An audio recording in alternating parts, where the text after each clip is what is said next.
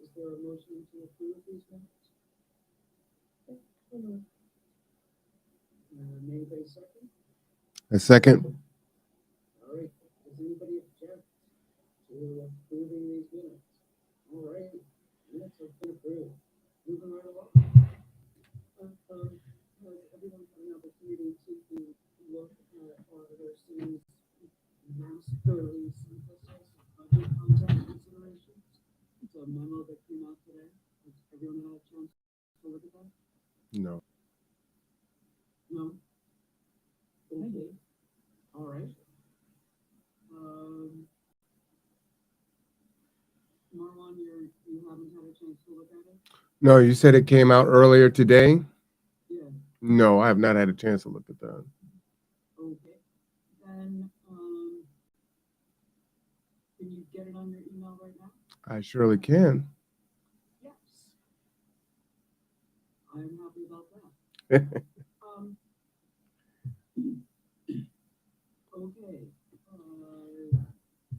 I thought this was a great memo, and I would love to discuss it.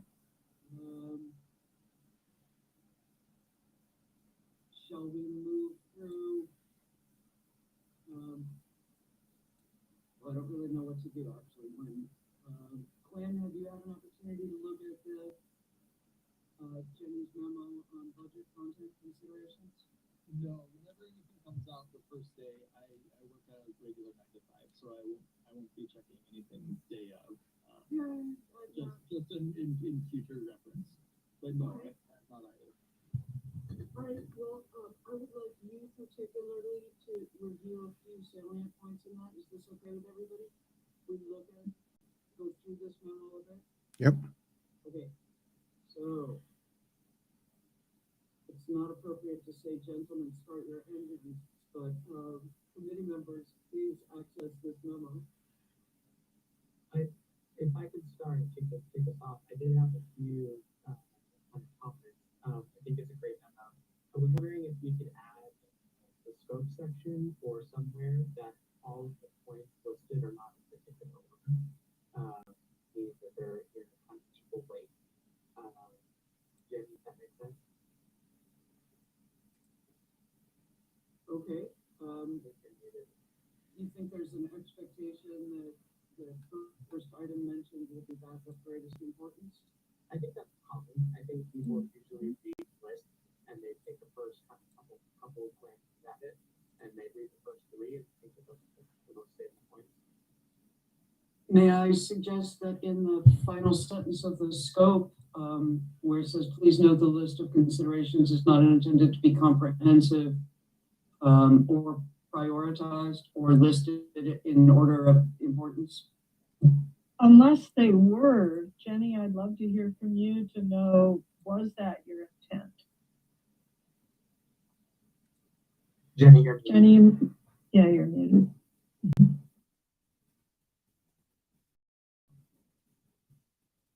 No, it wasn't my intent that it's in order of priority.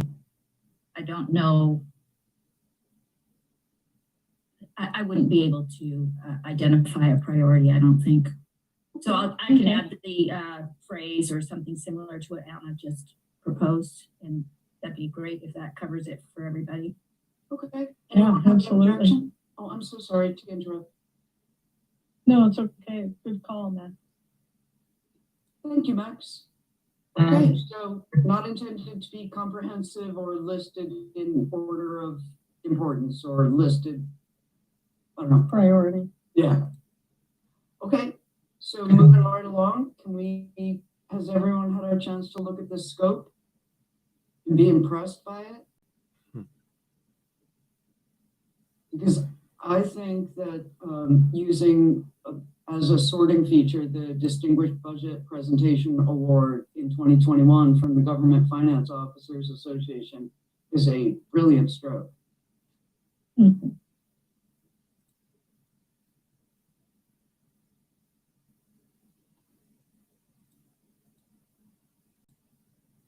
Okay. So most of the items that are listed in here are not necessarily, I think that the GFOA, which is what they're Government Finance Officers Association is referred to as. I think that they actually have a pretty comprehensive list of criteria that they look at when they're evaluating whether or not you're going to get the award. I didn't really rely on that so much as my personal opinion, maybe professional opinion is appropriate, of what was lacking or what could be improved in our budget is really what I went by. And then when I looked at what other cities are doing, when Christine and I looked at that, we used cities that had received that award. And Bremerton has received the award in the past. They're just not currently getting it. So I wanted to add a comment that I really, really appreciate as a citizen, the emphasis on different ways of engaging the citizenry, the what am I looking for?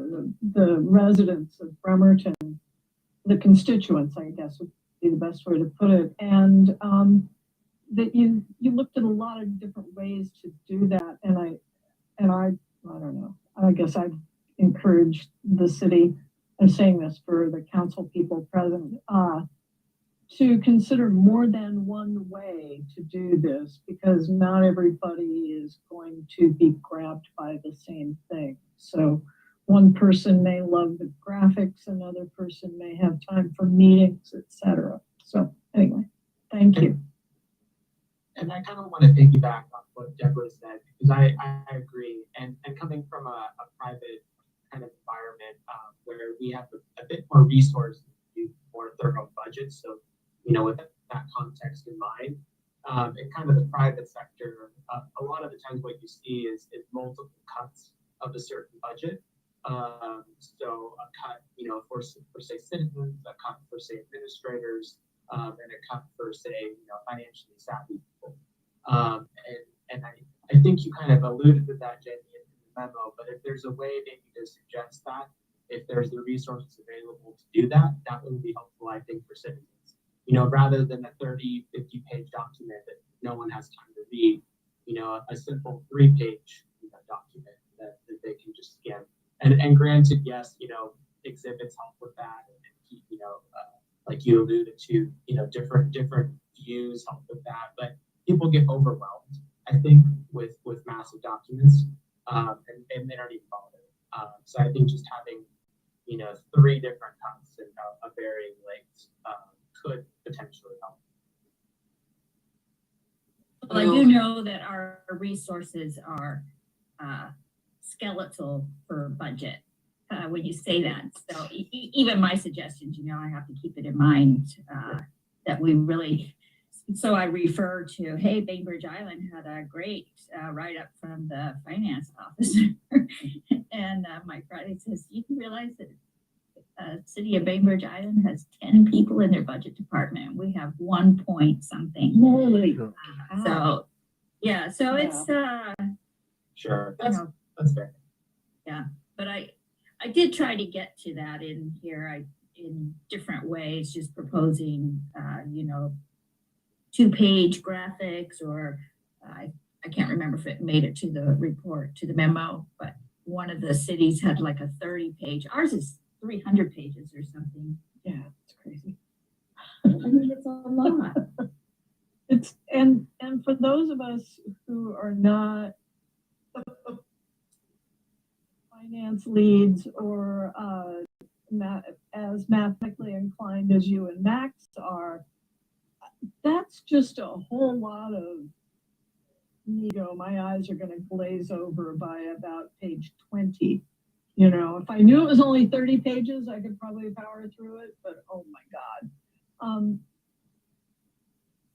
I also wanted to put a bug in Anna and Quinn's ear regarding, and I think Eric might know the history, might be able to give you some more texture on why we went to annual from biennial budgets, because that also strikes me as a way to get a little more manpower behind it. Well, it was my understanding so far that council felt that a biennial budget gave them even less control over the budget process.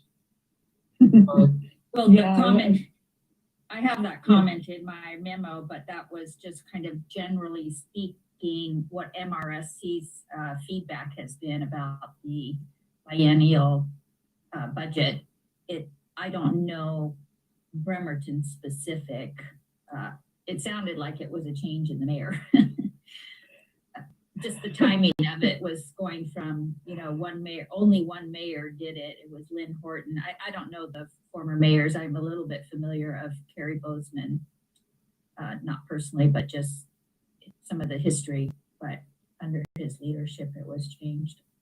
Well, I will confirm with Eric on Wednesday. And then Yeah, see if he knows any more about that history, because it may not be purely, and Jenny alluded to this, I think some of it may be political control as well.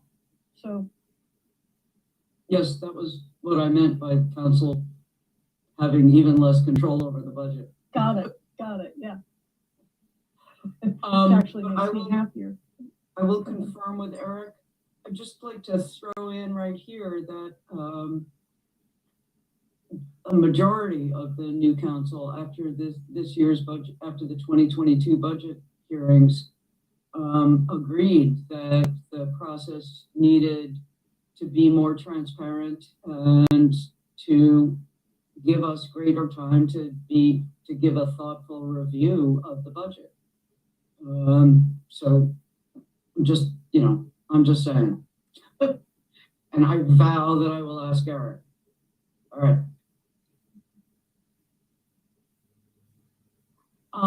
Please go ahead. Does anyone else have anything on item 1 in this memo?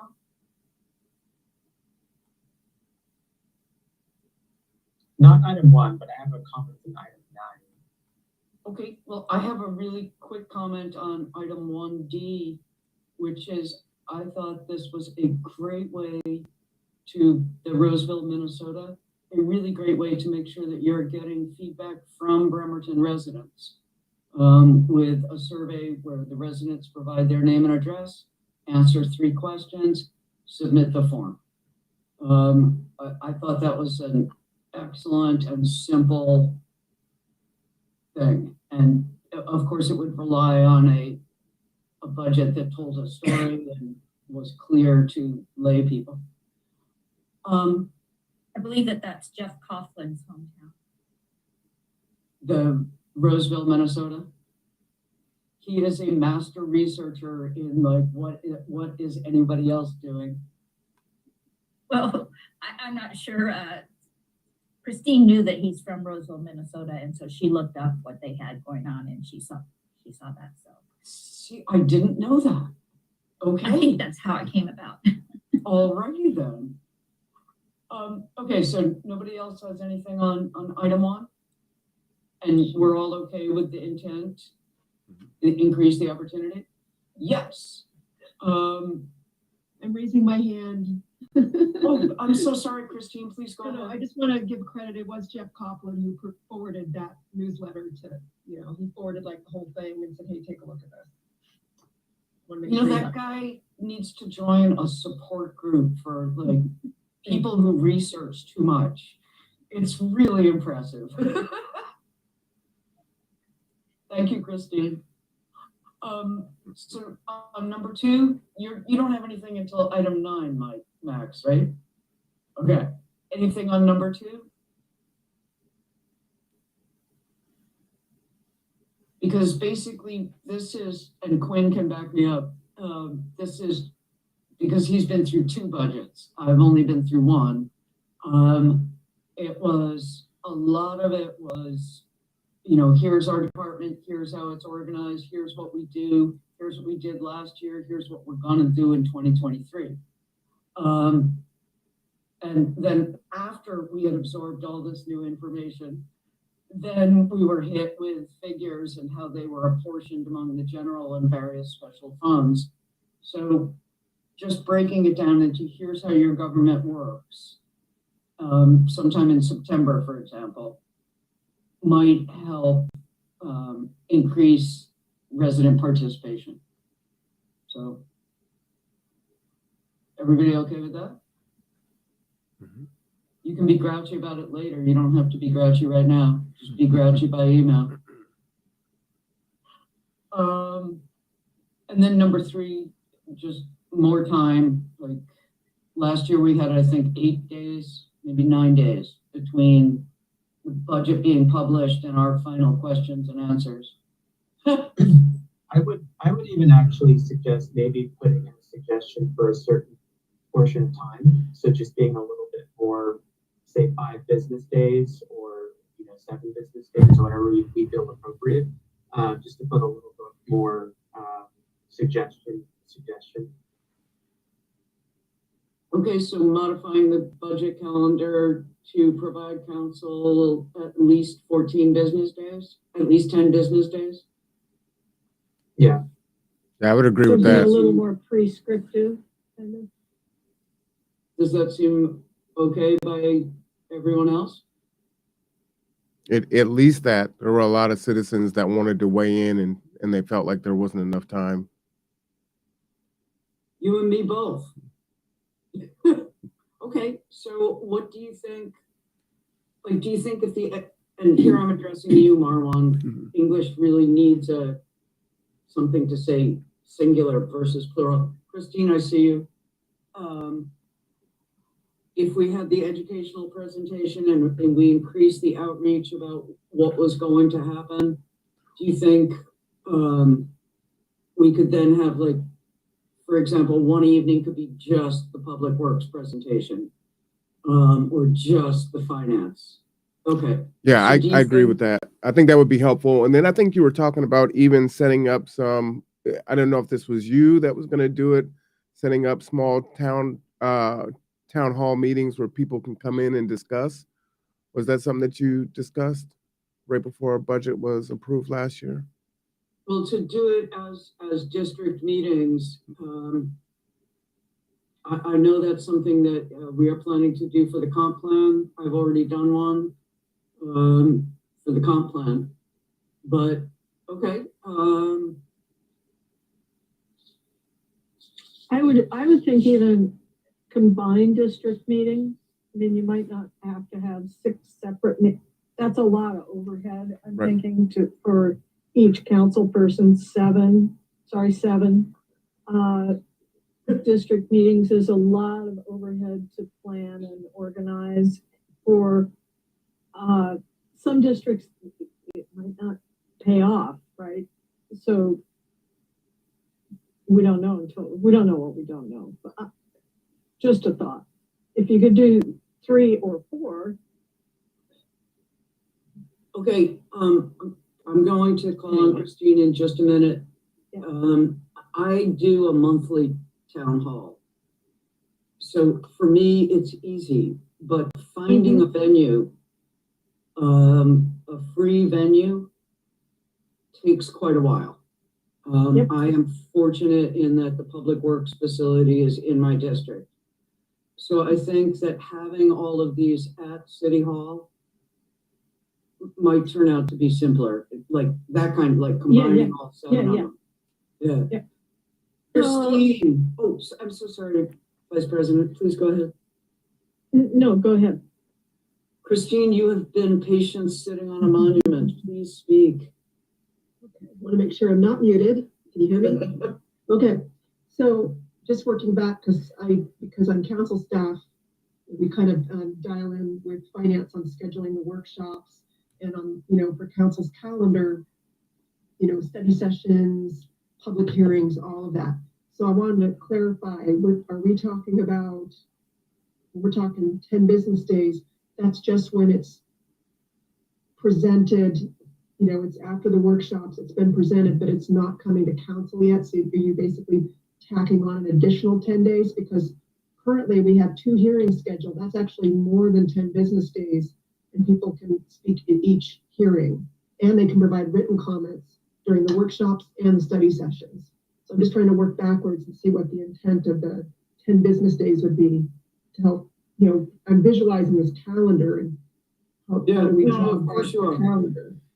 So on October 19th of last year, the budget was published on the city website. Mm-hmm. On October 27th of last year, the final questions and answers on the budget were held. Mm-hmm. So that's like one. And then the first hearing was the next week. Okay. Yeah. So it was like literally 8 calendar days later, 6 business days. So really at least 10 business days. And if that means that the budget has to be published earlier in order to meet with the other, the other requirements of the RCW, then that's what we're recommending is however, almost on Christine, like whatever has to be done to give us more time so that we and the public aren't subjected to a fire hose of information. Please go ahead, Christine. Thank you. My last question, Chair, was, so would this come after that initial presentation? And then am I assuming that the proposed town hall and extra time to digest the budget would happen in that window, and then we would come to the public hearings? Is that how that would play out? As a suggestion, I'm just trying to see if that's where we're going. Yeah. Right now, the I'd like time to, after you. Thank you. I would just like to say that what I've done in this memo is to try to present some ideas without pinpointing it, like increase the opportunity for public engagement to facilitate a more meaningful exchange of ideas between the government and residents. The city of Redmond's doing this. The city of Kirkland's doing this. The city of Roseville, Minnesota is doing this. I'm not telling them what to do or how to do it. I'm just saying, generally speaking, you need to increase the opportunity for public engagement. Here's some ideas about how you might want to go about that. They may come up with something totally different. Same with the calendar. Yeah, I don't think it's going to be a long discussion. It's going to be, what does council want? How do they want to see it play out? You're going to maybe want to modify the whole calendar by an ordinance. And I don't want to be pinpointing it needs to be by 10 days. Anyway, that's what I've tried to do in the memo, is to leave it, here's the general problem. Here's some ways that you might fix it, but I wasn't going to dictate the specifics. Max? Thank you very much for the correction. And I completely agree with you, Jenny. I don't think we want to be, this is what you have to do versus this is what was best practice. And I wonder, to that end, if your research, I don't want to make you do more work, but if your research has shown, what best practices among the cities that quoted, how many days maybe they have given their citizens to review, and if maybe we can quote that as a minimum, or just to say that if we do go out with a 10-day, business suggestion, that we say, we preface it to say that this isn't, I don't know the best way to phrase that, but this isn't, an ironclad rule of thumb. This is just a suggestion and something to consider. I think that the 10 days is going to be arbitrary. I'm not sure what I'll pinpoint on, and also if it didn't work, it could come back at me. Yeah. It really should be them. Here's your problem, fix it. Yeah, Okay. I got it. Quickly, just to Thank you. I do want to, just say that I do think giving a certain number though is valuable, because people tend to gloss over suggestions without concrete details. I agree that is true, but I think Jenny's point is that these are the council is 7 different people, all with equal autonomy. So it's not like I can go to them and say, or Quinn and I even can go to them and say, the audit committee has decided this, accept or reject. It's something for them to look at and discuss. And if they say, I don't know, I've got enough on my plate, you think about it. But it has to be brought to council. And I think is that making sense? It does, but I think then a range would be appropriate. Okay. Suggested What did you say, Max? range. A range.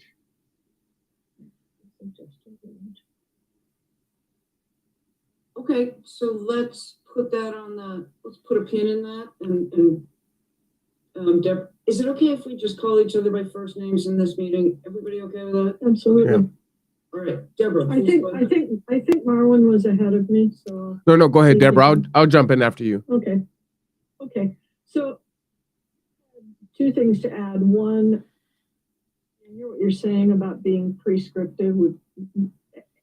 I guess, first of all, we can't solve all of these calendaring issues in this meeting, and it's really not our place to do that. So I'm gonna give that up. And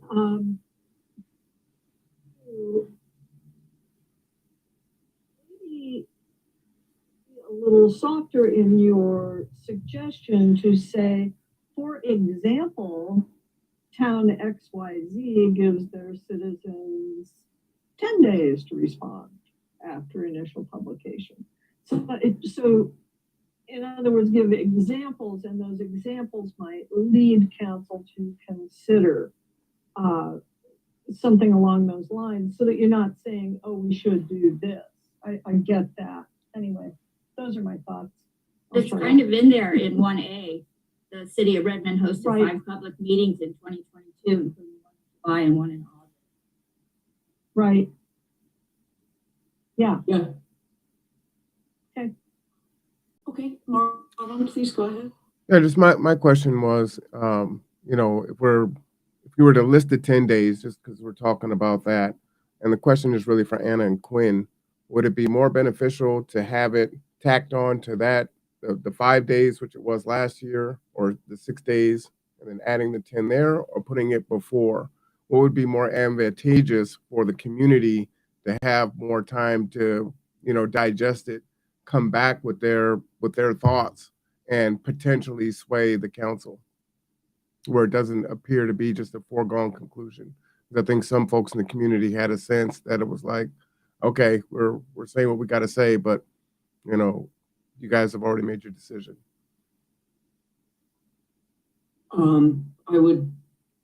I think that that's a valuable input. I would also add that the budget is prepared by the mayor and staff, like by the entire executive branch. And the first time that council sees it typically is when it is put up on the website. Really? Like last year on October 19th. Yeah. Wow. Okay. Yeah. Did you have any further? Oh, I'm I sorry. was just going to say that, Can you I please- think that's also important too, is the suggestion is to get the word out more than to articulate that also, because the community doesn't have that understanding. And so I think to clarify those things is really impactful in understanding what the process is. I mean, that's one of the major reasons why I wanted to sit on this committee. It was to learn as a citizen and also share that information out so people can feel more Thank empowered. you. Jenny, did you want to respond to this before I call on Quinn? Well, I'd just like to get clarification. Is the date that we're talking about when it's provided to the public, when it's available to the public? So like for 2024, this is many of the dates relating to the budget have a minimum date that they have to occur. And so next year, November 21 is the deadline. You cannot let this happen any later than November 21. That's the date that it's made publicly available. So I think it's council that can create an ordinance to modify the calendar. And if they want it, if it's the date, if you're looking to have that 10 days earlier, it moves a lot of things. Christine can probably talk about it more, but there's a lot of moving parts with the budget, the different levels of review that it has to go through. And I don't know, there's maybe 15 different deadlines that they deal with, at least. I haven't counted them, but. Well, the terminus ad the delivery date, yes, we can't move that. The only direction we can go is to amend RCW at 3533057 or whatever, to allow the public budget to, because when the budget is published is also when it becomes available to council. Those two things that's the same action. Max, I see you, but Christine is first, so coming right back to you. Trying to run this democratic life. Yeah, Christine, please go ahead. Thank you, Chair. So we are already operating under the 2024 budget schedule. The first line on it is March 1st. So finance is already operating, and it's literally calendared out, including the budget amendments at the end of the year.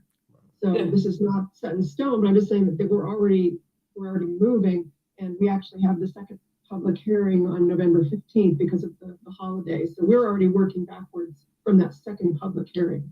So that's where I'm coming from as far as just when I hear dates, like there's that. And I'm also looking at the BMC as far as implementation of the budget. I'm not clear on. I thought that was a big BMC. To change that schedule, a lot of times we just talk to finance, and maybe they move when a workshop is or plug in some dates. But I just wanted to share that we are underway. Yeah, no, totally get that. Mm-hmm. Christine, while we're in this meeting, can you please just call me Anna? It's really fine. Okay. Because I feel weird calling you Christine and having you call me Chair. Chair, just because you can't see me, and I want to. Fair enough. Okay. Thank you. Please go ahead.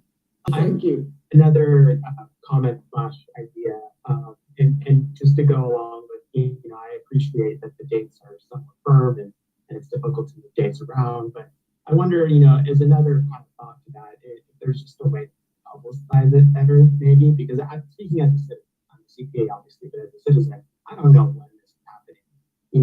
When I see transit, for instance, having a community outreach effort, I see posters plastered over every transit stop saying, hey, questions and comments accepted over this right now, please comment.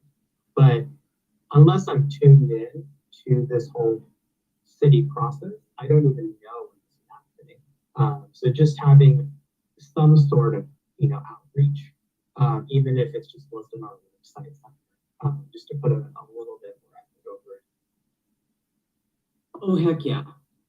And I know we want to move on. I just wanted to add in there, it's pretty shocking to hear that you're getting the budget at the same time as everyone else. I think you guys we should all get it a little bit earlier so you have more time as a council to digest it. At the six working days. Yeah. That's why the biennial budget makes more sense to me, honestly. Okay. I will add that in my comments to the council. Quinn, you raised your hand earlier. Did you have something? No, I think it was summarized by Jenny and Christine, just that we would have to look at the BMC and also knowing that finance is already working on it. And so if we did do any sort of modifications to the council, it would most likely be for 2024, not for 2023. 2024 is the one that's already underway, but it can still, I think that the date that it's made publicly available could still be modified, even though we're already planning the first deadline. We can still adjust the future deadlines. Yeah, and that would be a council decision. It would make us so popular with staff. Surely they understand. I promise you, we will become deeply unpopular. But there anything more on items 2 or 3? Okay. I thought item 4 was great. It provides context. Anybody have anything else on that one?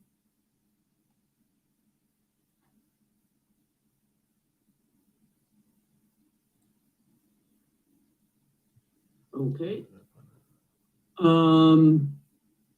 Number 5 is sort of a continuation of that. And I really, like, as a devoted lover of footnotes, I really liked this.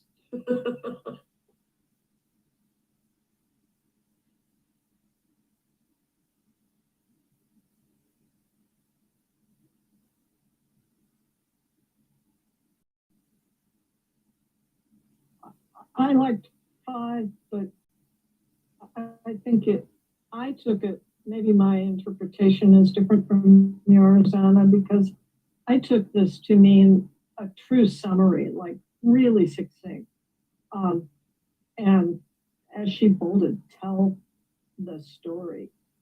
Yes. And it very much goes into number 7, which personally I think needs to be bumped way up in the list. If we haven't changed our strategic priorities in 14 years, oh my goodness. Well, isn't it longer than 14? No, you're right. Yeah, 14 years. Jiminy. She said, yeah. All right.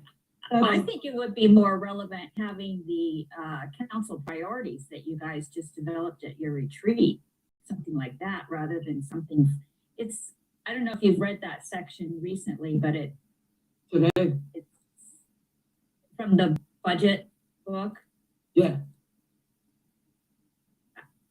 Yeah. And I particularly loved the preservation of natural open space as a major priority. More honored in the breach than the observance. Yep. Yeah. Okay. I'm trying to be a good chair. I thought that, Jenny, your whole focus on telling a story that's the elevator pitch. That's just like the budget has to tell the story. And Mike Riley knows that. It's a thing in MRSC. You know, your budget needs to tell the story, and he knows that they've got a weakness there.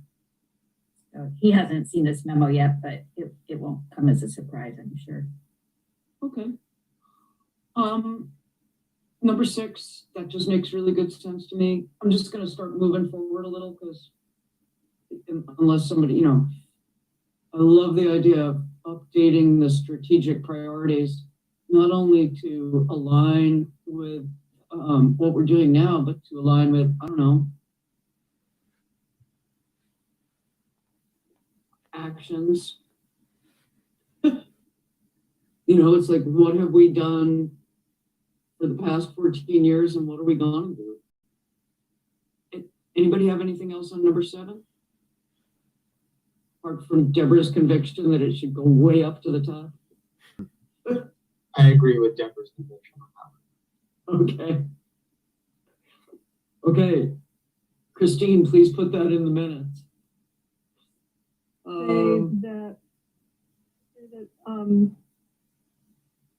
You allude to this in the graphic and then some other things, but it's kind of like, what did we say we do? What did we actually do? Right? A report card. That could be really basic, and that graphic is a perfect example of that kind of thing, where it's like, well, we said we'd do this and we're going to give ourselves a letter grade. I don't know, something. Because right now, the budget to a lot of citizens just feels like a black hole. Mm-hmm. Yeah, seriously. I am among them. I'm still working on this stuff. Yep. So I'm going to give you another considered objection to a biennial budget, which is that we saw in the last year that the council got 4 new members out of 7, right? And if we have a biennial budget, that means that within any councilor's 4-year term, they'll participate in 2 budgets only. So they'll sort of get it by the second one, just the way I am getting it now that I've been through one. So I'm just saying it. Yeah, Max, please go ahead. I had a quick thought for Jenny. Have you heard of a Sankey diagram? I've seen some budgets incorporate it. I know some private employers do. It's a great visual way of illustrating where funds flow. Give it a look. When you have a second, maybe we can suggest it, or if you don't feel it's appropriate, then it's not. But it's a really popular visual aid. How do you spell it? Sankey, Sankey. Not like Banksy the muralist, but Sankey the visual. Exactly. Okay. Thank you. Okay. Jenny, did you have anything? Am I like zooming through this too fast? Well, I'm going to respond to your comment about the every other year and only having a chance to participate in the budget a couple times in a 4-year term. There is a mid-period adjustment that everyone would participate in. It's just not as extensive as going through an entire budget process. So, but your point is well taken, especially when there's so many new people. This is, I think, rare, but Christine would know. It's rare. Okay. All right. And finally, at last, Max, leap forward and comment on number 9.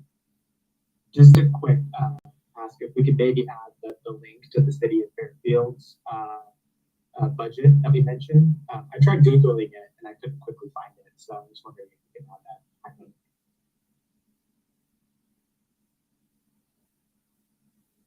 Anyone else on number 9? Recording stopped. The recording stopped.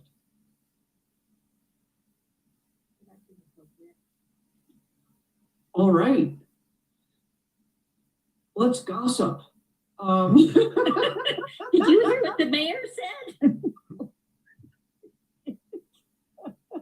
Did you see that new landscaping around the Max Meeks firehouse? Ah, it was terrible.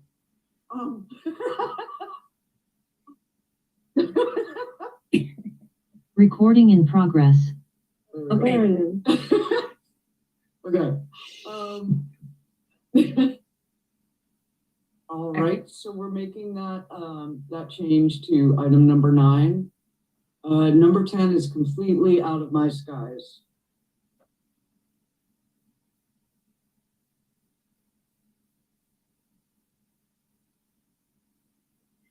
When I spoke with, I think it was Mike, he said that the software would cost about $150,000. That's not going to happen. So, yeah. But if they were going to a biennial budget and they needed to get new software anyway, then maybe it would work out. But anyway, it's just a thought. It's not something that anyone has to do. I just put it out there. I don't know how it works with the public sector, but is there a way to pull funds from multiple cities to kind of pitch in and maybe like timeshare a budget software system? Rather than every city paying $150,000, is there a way to just crowdfund a license that multiple cities can use? I don't know. I can. Please do, because I have zero expertise on this. Cities would share a license. That's what it would be looking like. There might have to be a nominal fee for or separate databases or something that, yeah, that might work. I'll ask our IT people. And if it is a possibility, then I will add it. Okay, thank you. So it's number 11 that I was thinking of about the footnotes, like links to the source documents. And, that was the one I was thinking about, sorry. Okay.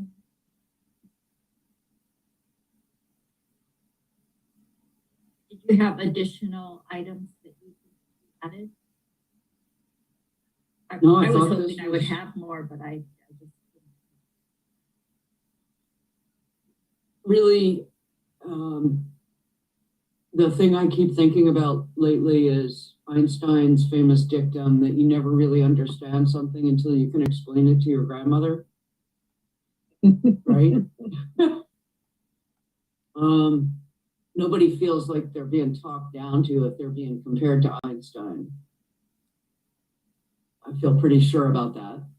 And it really is.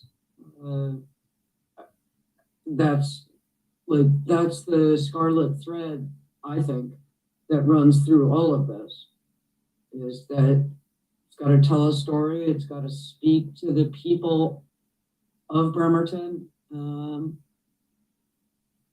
it's got to be made shorter because people are not sitting down and reading 5-volume Victorian novels anymore. I can't believe how long the budgets are. Anchorage is over 1,000 pages. Or 10 people. Or, Right. A Or- page per person. Max. or maybe even some sort of podcast. I don't know if the city does that. Of just, someone narrating the highlights of a budget. You can read that. You can listen to that over a commute over the day. People would do that, I think. If only we had someone on the audit committee who had experience with podcasts. There might be somebody. Marwan hosts a podcast called The Conduit. So yeah. Okay, Marwan, over to you. I know zero about podcasts. Oh, I think that's easy enough to do. We did a little bit of that last year. We're doing that right now for Olympia. And we've got quite a few people tuning in. I don't know if they're all local here to Kitsap, but some of those posts have 200 views. So they're very interested in what's happening there. In any format that can help with access so that more people can participate, I'm all for it. The only other thing I was going to say for number 11 was, in streamlining this, if there could be a legend that may be tied to any of the strategic planning that the city has. The strategic initiatives, the mayor's initiatives, council goals and priorities. Yeah, like maybe if it was color coordinated or symboled. Okay. Yeah, it's a good idea. I'm sure I follow it, and I'm the one that's going to add it.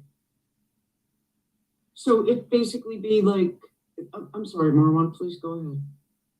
So, like, let's say for the community block grant funds or things that are earmarked that is important, it would just be somehow a legend. Either it would be color coded or some type of a symbol that would just say, hey, this is tied to this.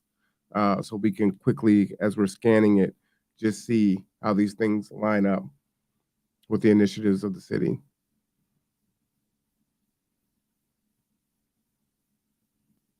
Right, so it's like rental assistance and weatherization, just as a for instance, that would connect to the strategic priorities, the Right. mayor's initiatives, and council goals. It would be a trifecta. Mm-hmm.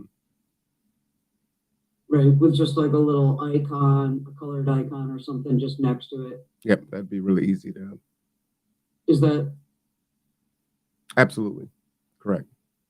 okay?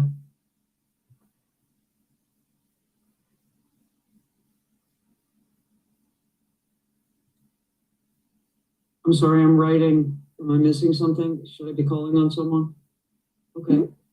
Did anyone have anything further on this? Jenny, did we go through it in a way that you felt gave due respect to your hard work? Oh, I thought it was fine. Everyone's comfortable with the memo. And that we've answered everyone's questions. Hey, and it's not even dark yet. We have more to do. Miles to go before we sleep. Okay, I had to write that down because I thought that was just really a good idea. Okay, so what happens next with this, Jenny? You and Christine work on it and take the word draft off it? Well, that's up to the committee. If you can either say that it's, you can vote to approve it, pending that we will incorporate the changes discussed tonight, and then you want us to issue it, or if you think that the changes were substantial enough and you're not sure I'm going to get it right, or whatever, you can say we want you to bring it back to the next meeting, or I could actually even email it out when the changes are complete. And it could be like I just send it to one of the committee members and they would go ahead and say, okay, it looks good now, go ahead and issue it final. I am still going to run it by Mike Riley before I issue it anyway. Okay. But so, you know, there's different options on how you want to approve it, but you know, it won't go to the other parties until it's approved, pending or not pending, whatever you want. Well, I'm going to make a motion. Can I do that as chair? I think I can. Anna, can I jump in before you make a motion? Speak. I would just, for me, it would be helpful just to see what it would look like after the changes are made. As Quinn was saying, you know, on the day of, it's not enough time for me to digest all of this here. So, you know, I trust everyone. So it's like, okay, that looks pretty good, but it really doesn't give me a lot of time to chew on it and see if there's anything that I'd like to suggest or add to it. Go ahead, Jenny. Well, I'll just say that in this particular case, this is going to be, these are budget sessions for next year or for the coming year, you know? So it's not, I don't see that there would be a problem that we actually wait until our next meeting if people wanted to do that to finalize this. So I could go ahead and make my changes, send it out earlier.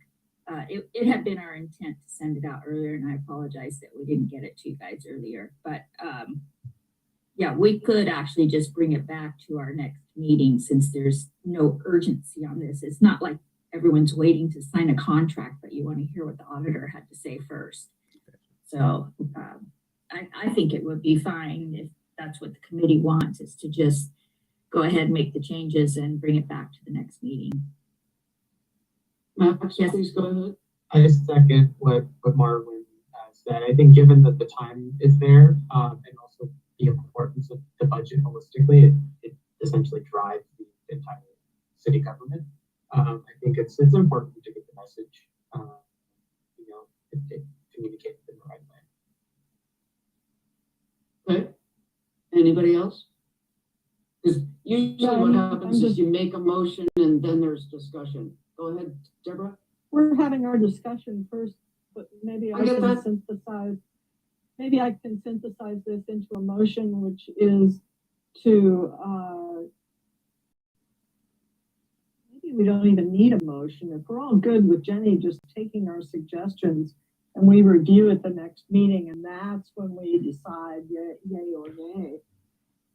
That hardly seems like it needs a motion. Unless I'm being wildly informal. And I apologize, and I jumped in because I thought, you know, he was like, oh, let's do a motion. It was going to be like, oh, it's final. Like, let me jump in before. No. I didn't know how the process went. We were going to be able to discuss after. So Anybody That's else? how Robert's rules has it, Marwan, is that you make a motion and Does then, anybody- then you discuss and then you vote. gotcha. Okay. Yeah.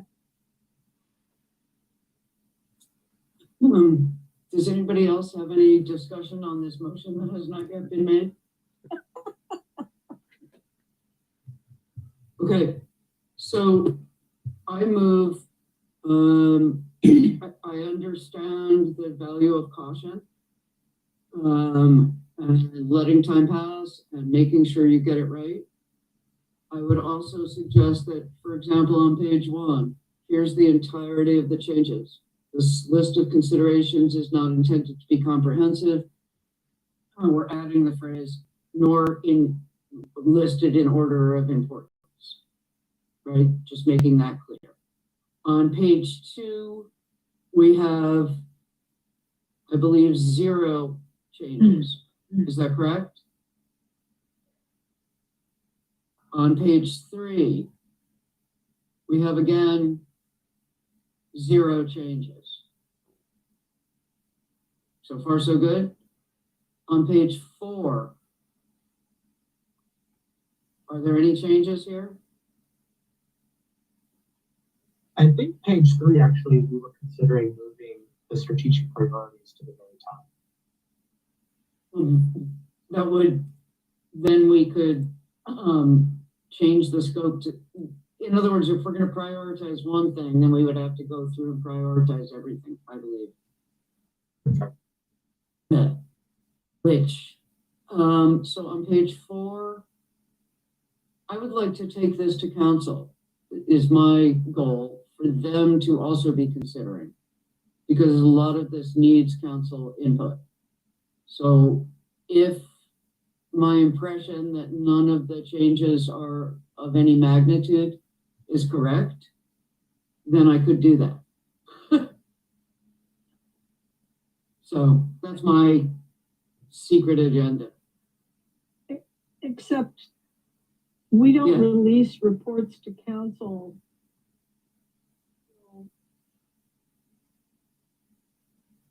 You faded out, Deb. Final.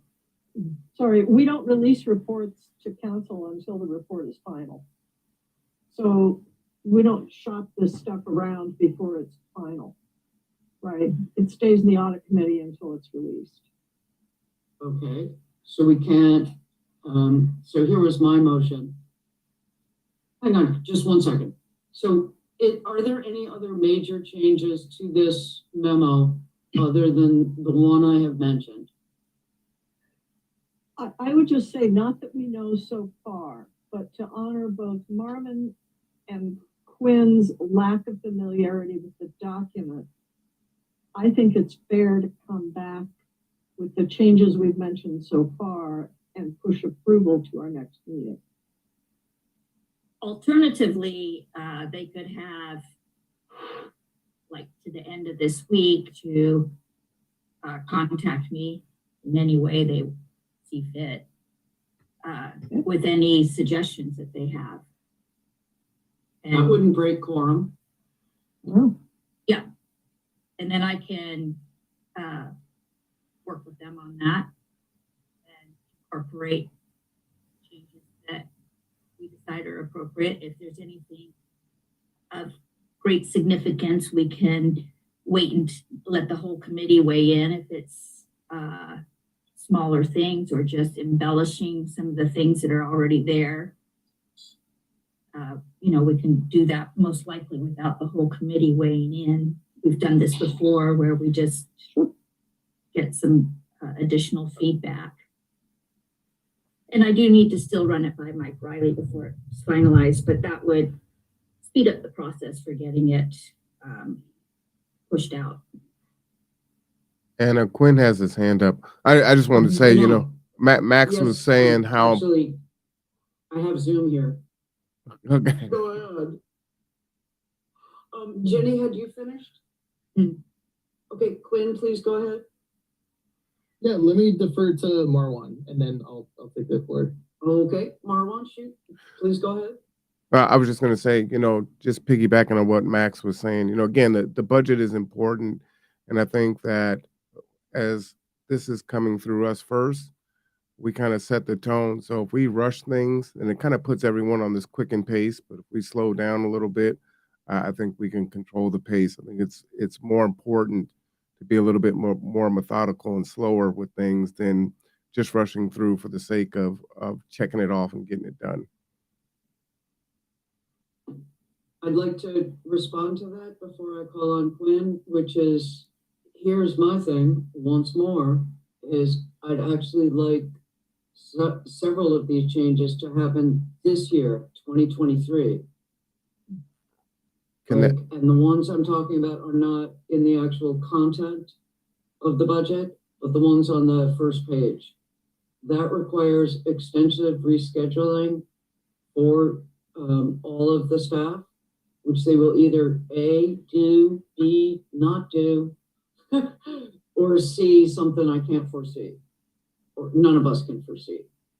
I think that the outreach opportunity, increasing the outreach opportunities is something that we should start talking about at council. And Max, I see you. So I'm totally not trying to check off the box. I vow. If I were a scout, I would vow on Scout's honor. Quinn, please go ahead, and then Jenny.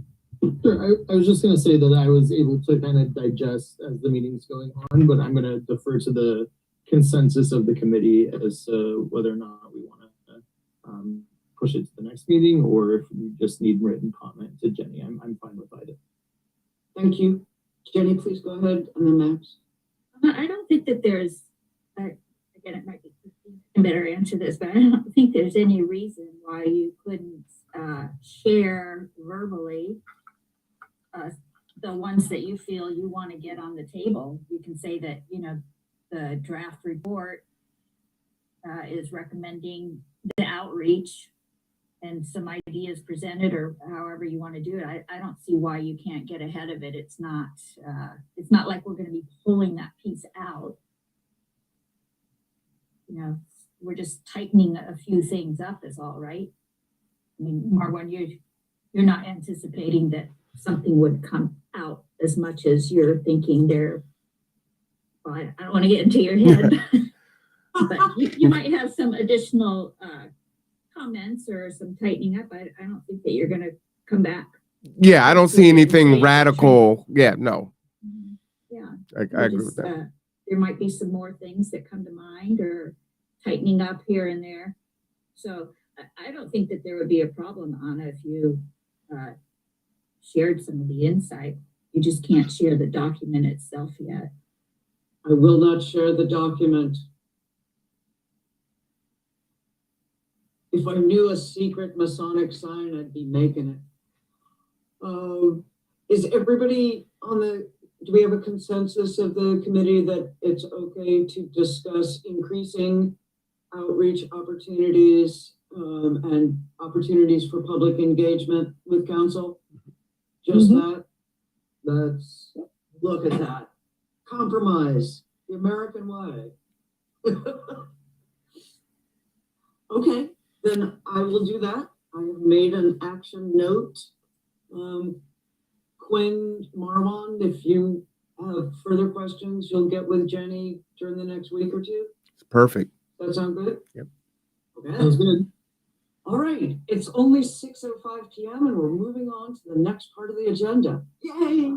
I just want clarification. Are you going to be wanting me to issue this before the next meeting, or are you still thinking that it will come back? I, myself, am just voting that this should be approved by the Audit Committee. But I'm just voting, and that doesn't seem to be the general consensus, so I'm not fighting it. Yeah, Deborah, please go ahead. I think maybe we do need a specific motion to, for Jenny to take comments via email. And then can we, and Christine, I'm directing this to you, can we approve something via email? I think we can. I think we've determined that we can. There's an issue with doing action by email. We could violate quorum. It would be a violation of the OPMA. And Okay. also, Excuse me. if you have consensus to bring this back later, you do not need a motion. If what I you're, thought. and if you're saying there's consensus, you want to make the changes and then have it issued, I don't believe you need a motion either. And I'm also following OPMA and we have nobody attending, but if you did make a motion and take action, we'd have to open it up for public comment. So just the idea of committees is you kind of reserve the action for the high level stuff.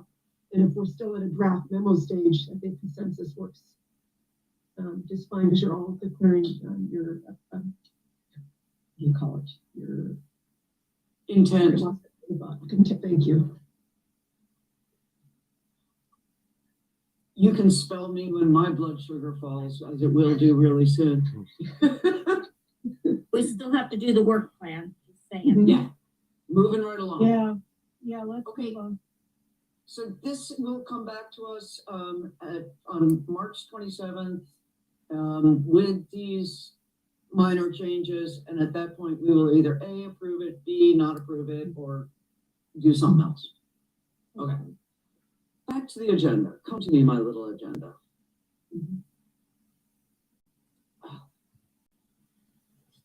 Okay.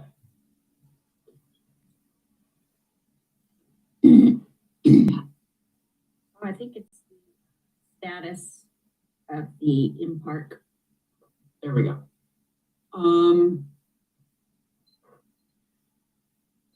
Nope.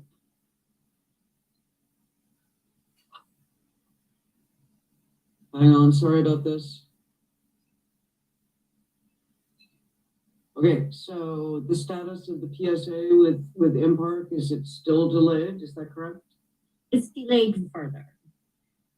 So it had been, we couldn't do anything because it wasn't going to be signed until the end of December. And you can't audit a contract until there's been some activity going on with it, if you're auditing compliance. So we thought that, oh, well, you know, mid-year we'll be ready to go, but they actually signed an extension of the old contract until the end of March while the parties continue to negotiate. So this will not be ready until fall or so, something like that. So we need to, so that will bring us to 3B, which is the proposed updates to the work plan. So not only the proposed updates, but you need to tell me what your priority is because it's my next project, because parking's not going to happen for a while. Okay. I have, did everybody get a, sorry. Can we take a 2-minute break here? Is that okay? Yeah? All right, Deborah, you had a question?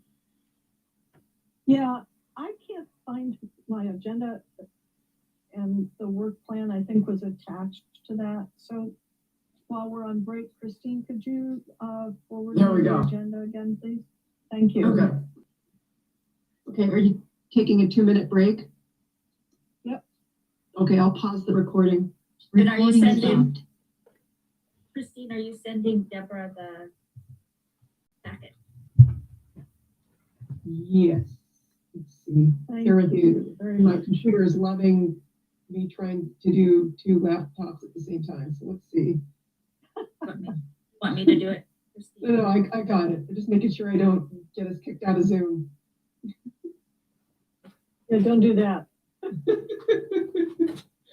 The joys of technology. Okay,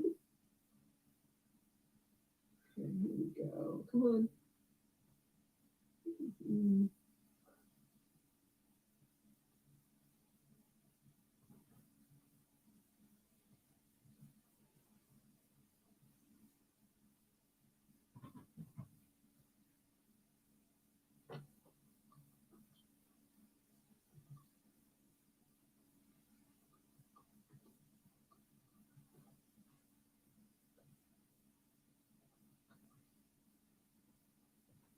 Okay, just send it. Thank you. Appreciate that.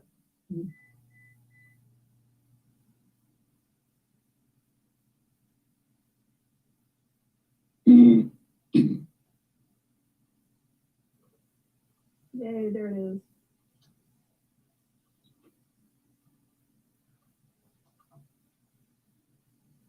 There it is. Okay. Thank you so much.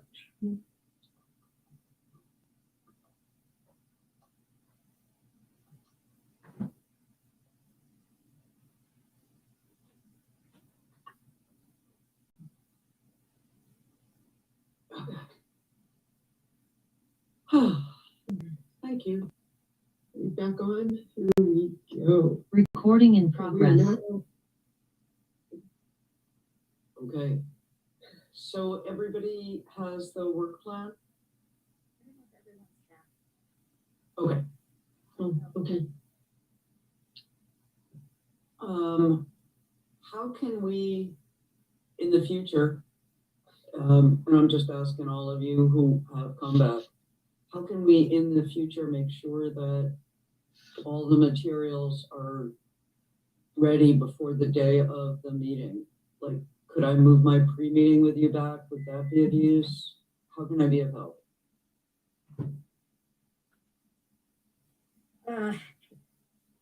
It just was a fluke.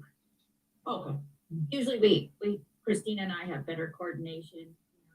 My last day working was Wednesday. She usually sends the packet out Friday, and we just didn't coordinate well enough on that. That memo should have been in the packet. So, Okay. it was unfortunate. I realized it when I got in this morning and opened the packet. Oh, darn. So I do apologize. I know it would have been helpful to have it over the weekend. I have Monday off, technically, theoretically. So it was easy for me. But great, a fluke is wonderful. So nothing to fix. Isn't that dreamy? We'll coordinate better in the future. Okay, so the work plan. No, I'll say that Yes. I know that Anna's probably getting ready to say this anyway, but she did provide some additional ideas. We didn't actually include them in the work plan at this point because normally we discuss it as a committee before it gets added. So I don't know, Anna, if you want to share your ideas, or I have them in front of me if you want me to do that. Am I being like kind of a bumptious chair? Is this really like, Jenny, you're supposed to run the meeting? Because if so, let me know, yeah? No, I'm sorry. I wasn't trying to steal your show. I just was. No, I background. didn't think so. Okay, this is a very Northwest conversation that we're having. So I was thinking of a couple of things. One is we clear cut our watershed forest. And Cami Appleback, who is the water department division manager, basically she's in charge of water, did a presentation in, I think, 2020, Quinn, on the net profit of doing so was 150,000. I don't know if she included the salary of, we now have an urban forester, Sean Walsh, who focuses exclusively on the watershed forest. He covers the watershed. I couldn't resist that.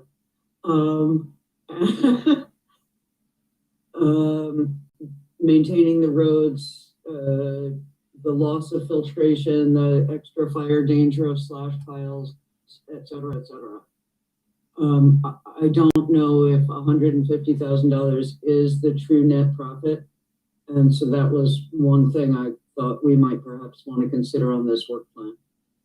Just to be clear, we didn't clear cut the entire watershed, just Okay, when they no. log it, they clear cut it when they do log it, right? Yeah. Okay, thank you. Yeah, no, I think You they scared did. me for a second. Oh, no, my bad. They did some 20. So would the item for us be to examine, what? I mean, what's Jenny's to do here?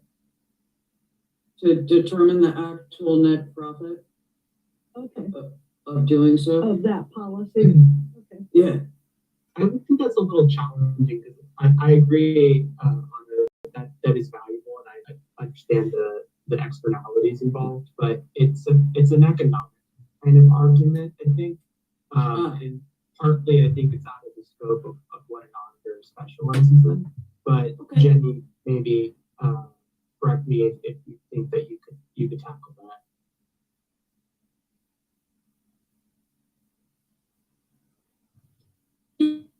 I would need a little clarity on what it is that you really want to know. So, because the net profit can be different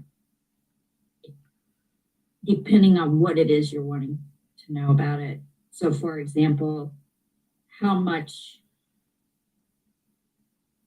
would the city save or lose if they no longer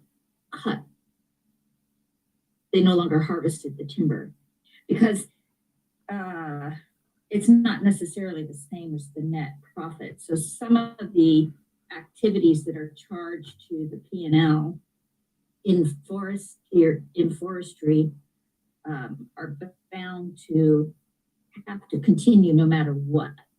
So even if you discontinue cutting the forest, they still have to manage the watershed.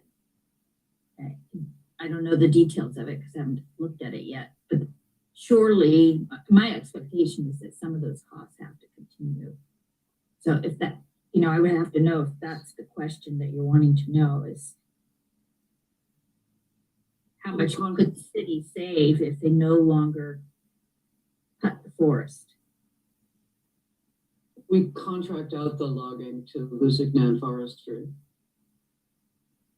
But if this is an overly complex thing for the audit committee, then, so be it. I don't know if anyone has said that it's too complex, because I don't think it's too complex for me, the job itself. Just making sure I understand what it is that you want to know about it. And is it how much money the city would save if they weren't cutting the timber? Then, that's the question that I would answer. But if it's something else, you have to tell me. Yeah, Deborah, please go ahead. That was just, so Jenny kind of got at my question. I'm by no means a fan of clear cutting, but I also don't know what the economics of selective logging versus clear cutting are, or if there's a way to quantify the additional sedimentation into our watershed, et cetera. Those quantifying those for someone with Jenny's skill set is going to be very different from an environmental scientist's skill set. Okay. So I hear that. It's noble. Okay. Then unless, Jenny, you are planning to go back and pursue a doctorate in environmental science at the UW in the next couple of weeks? No. Okay. Then let's move right along. So a second one that I was considering was, I'm sure you guys all know that we are having the dickens of a time hiring and retaining workers at City of Bremerton. Our salaries are, from what I can tell, are quite in line even with Bainbridge salaries, and yet we're having just a tough time. So I thought, would the issuing of childcare vouchers to City of Bremerton employees increase both hiring and retention of city staff? Are there any exit interviews that are being conducted to find out why people are leaving, the turnover so high or frequent? Yes. Yes, there are. What are they reporting? I don't know. Oh. I have, Quinn, have you been able to find out? No, and actually, this is the first time I'm hearing about retention or hiring issues, so I'd like to see some data on that. That'd be interesting. Okay. Charlotte Nelson, the head of HR, has mentioned this. Public Works mentions it very often. DCD mentioned that their entire code enforcement staff is currently 0. That kind of thing. Mike Riley mentioned it. Yeah.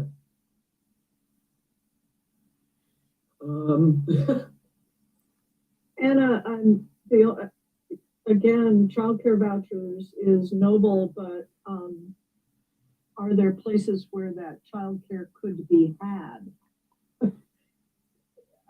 People I know with children are having a really, really hard time finding openings in childcare facilities.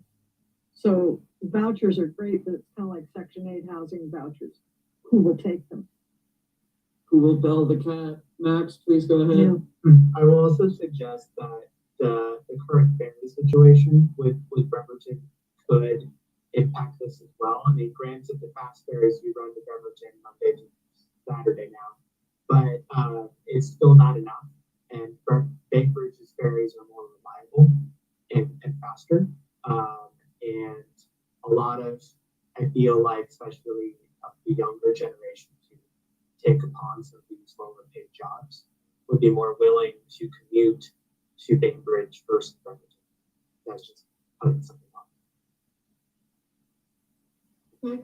Anybody else on this one?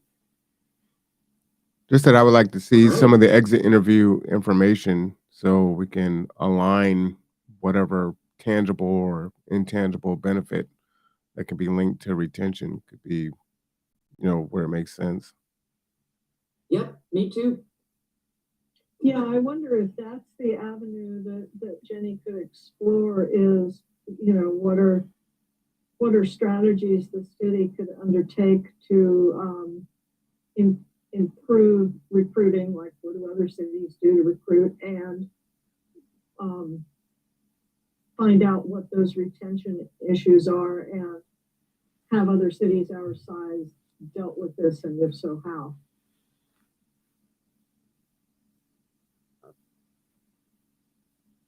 Well, perhaps, Jenny, you could get an answer where I have been unsuccessful.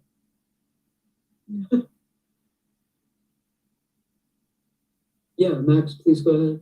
I'm also curious what the challenges in getting those exit interview records are. Is it a confidentiality argument, or I thought that all records are public as far as city government goes?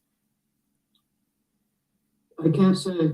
I know that I have asked and I have not yet received any answer at all. So it could be confidentiality.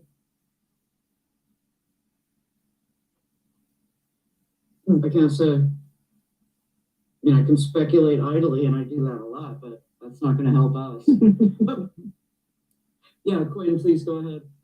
Sorry, folks. I have a bad connection. That's just why my video's off, so I'm kind of hearing things in and out. But was the question, how do we get a hold of personnel records? And does the PDR have an exemption for that? Or No. It was just what Max was asking. What's the difficulty in getting the gist of the exit interviews? Oh yeah, sure. So I know I've dealt with PDR requests for some time, and usually things like personnel files are exempted from what I know. You can't just ask for somebody's personnel file. That's something that would be exempted under the act. Oh yeah, but would getting the gist of the exit interview also be a forbidden act? I think that's a question for Kylie and Charlotte, but Okay. I guess it would have to be the specific data that you're looking for. Okay. Yeah, Max. Thank you, Quinn. Please go ahead, Max. Yeah, I was going to suggest that I know I volunteered for the Census Bureau, and the way they get around that is summarizing the data in non-identifiable formats. So even if it's just say all employees, that have exited, and then what were the 10 weeks. I feel like that would be reasonable, a starting point, but, you know, Quinn, your contacts would definitely be able to maybe lead us on the right path there. Okay, well, that's the head of human resources and the city attorney that he's referring to. Okay. I did the census too. It was fun. I learned how to refer to people as person number one. Okay. And then the third one is one that came out that I had proposed, and it came out of council this past Wednesday, which is to look at consultants that we are using repeatedly, like Parametrics, SCJ, Active Construction Inc., etc., and determine if there are recurring elements in them that could be more efficiently and more cost effectively served by hiring staff. So Because we that have was- such an easy time hiring staff, right? yeah, nothing like, you know, having a really good lead in, but this was something that the entire council wanted me to bring to audit because, so I am bringing it to you, and, you know, my timing is so good.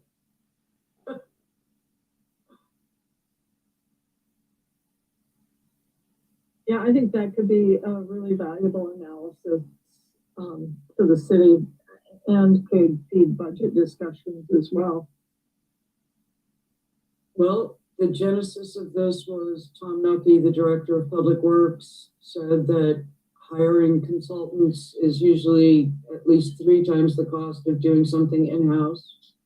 And Mike Riley said that that was a very conservative estimate. It was probably more like at least 4 to 5 times as expensive.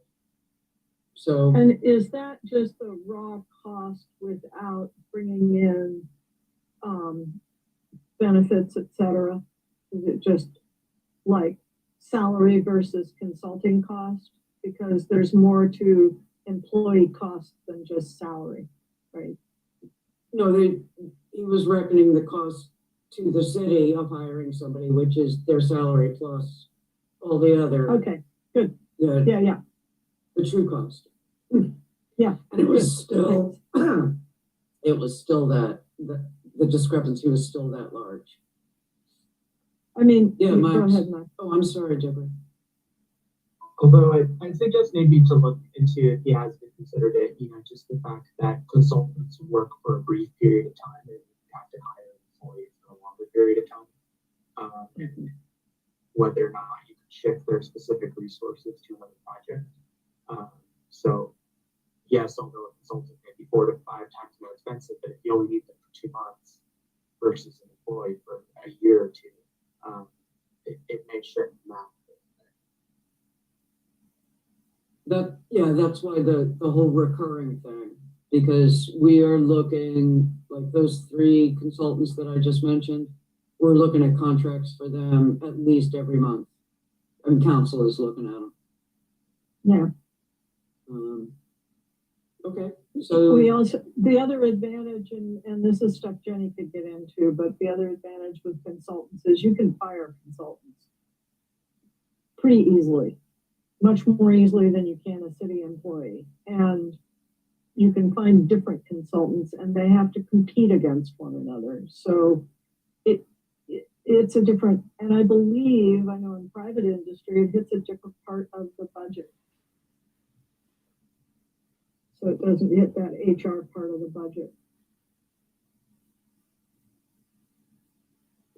had you finished, Deborah? Yeah. Okay.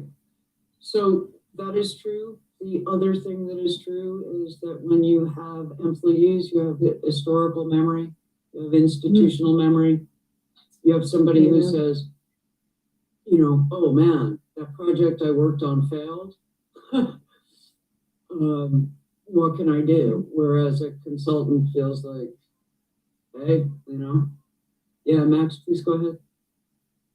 I'm a little biased with that one because I was a consultant before, but I will say that consultants also have a broad view of many different situations that an individual employee. So that's a thing to keep in mind.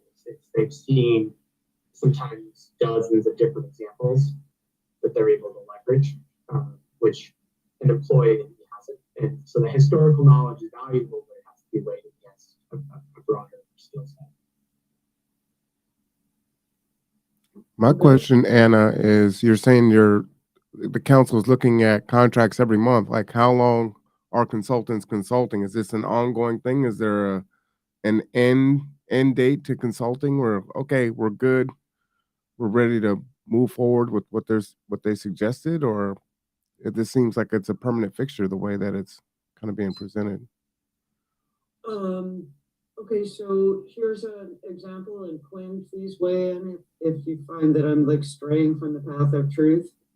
Parametrics, and I'm just bringing them up because a lot of the work they do is the work I used to do, so I understand them a little better. They came in on the Oyster Bay sewer replacement, and then when that contract was modified the first time, their scope was increased.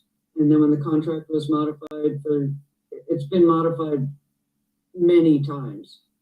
And each time Parametrics does a small additional piece or a large additional piece. The Manette Beach sewer, which is, I believe, I could well be wrong on this one, but I believe that Parametrics is doing one part of the laterals on the sewer there, right? Sewage is something that keeps coming up because we have a federal mandate to keep our waters clear, so it's like we have to do it.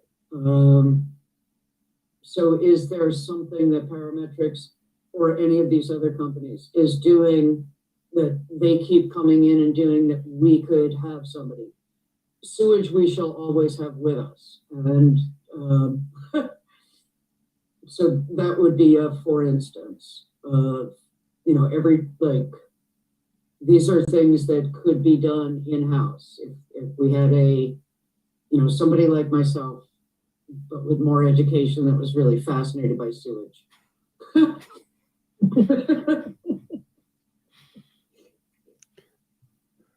I mean, that seems to make sense to me, Anna, Okay. Is it the consensus of the committee that we add this to the work plan for review next month? Okay. All right. Then, Jenny, have I gone through all of the things that were on the email? Hang on. I could go to my email. It's a wild and crazy idea. Well, you had the sustainability item. I don't know if you wanted to. Okay, so this one is just tough. So I'm just pitching it to you guys to just say, this is tough. The council is pretty close to unanimous against studying sustainability or working on sustainability of Bremerton. But self-sufficiency is more Bremertonian. Like, what can we do to keep ourselves off grid? Like solar panels over parking lots, so that the energy we make is here and we distribute it here. Can we help people grow and expand urban farms? Can we make more opportunities for not block parties, but not block captains either, but keeping small, very neighborhood mutual aid happening? Because natural disasters are common at least once a year now. And once a natural disaster hits, if it's too hot, you can't walk more than a block. If it's a snowpocalypse, you can't walk more than a block. When the big one hits, you can't walk more than a block. So that's what I was thinking, or what are the top 5 or even the top 3? Thank you, Jenny. Your memory is actions, specific granular actions that the city could take to increase self-sufficiency among Bremertonians. I wonder if a better word is resiliency. I think it's a better word, and I think sustainability is also a great word, but here's what happened to me all last year is when I used either of those words, they all turned away from me there on the Group W bench. Okay, then. So there's a document to convince them of that, right? I thought if we just focused on self-sufficiency, that would, and shortening supply chains, which I think people could really get behind, that might appeal to a majority of Bremerton residents. Whereas resiliency and sustainability do not appeal, and strongly don't appeal. Quinn, is that accurate?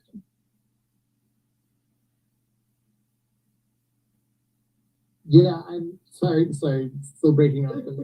Yeah, I'm hesitant to, speak on behalf of all residents of Bremerton, but that seems accurate to me.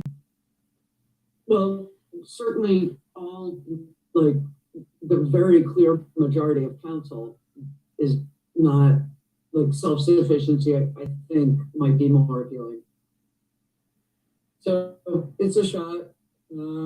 I just keep chipping away at the fact that, climate crisis is real. Max, please go ahead. So what would we be asking Jenny to do on that one? Exactly. What would be the top 5 most effective things we could do to increase self-sufficiency in Bremerton? Is that in terms of overly vague? In terms of community involvement, or in terms of individual, I guess, self-sufficiency, to use your word, but something they could do on their own, or because you use community block parties as an example, so we're trying to narrow in on, are we talking about how do they become stronger neighbors with each other, or what do they do individually to become self-sufficient? I'm talking specifically about actions the city could take. So this is community-wide self-sufficiency then, huh? Well, citywide, like what could the, Yeah. It's like what Obama said, it's like government doesn't make things perfect, but it can make them better. Hang on, Quinn is speaking from the chat. Okay, he's pre-apologizing for his bad connection, which may cause him to drop off. I just don't hear a clear enough ask.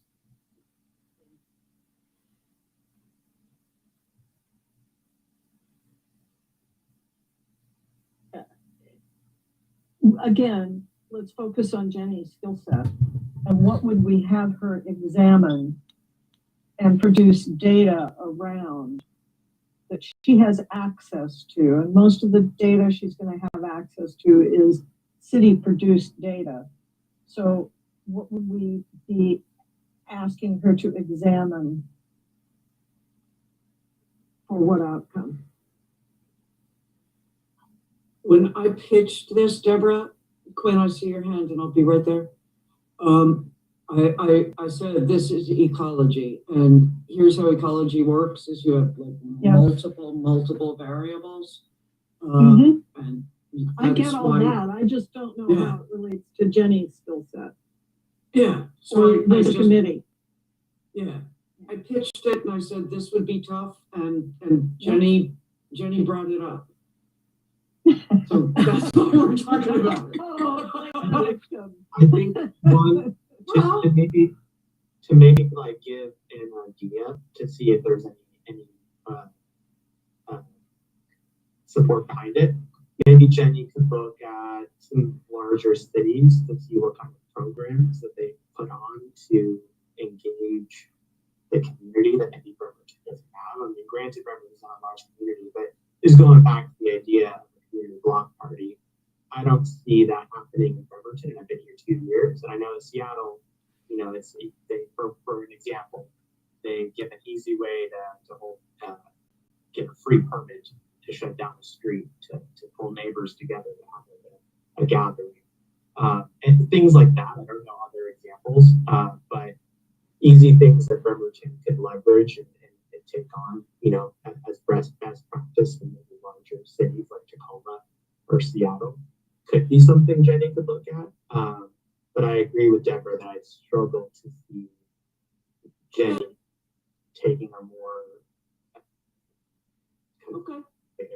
approach that. I'm just gonna say that before the pandemic, there were block parties, and that Seattle has, and most major cities have an entire sustainability department. But, okay. Quinn, you've been, had your hand up for a while.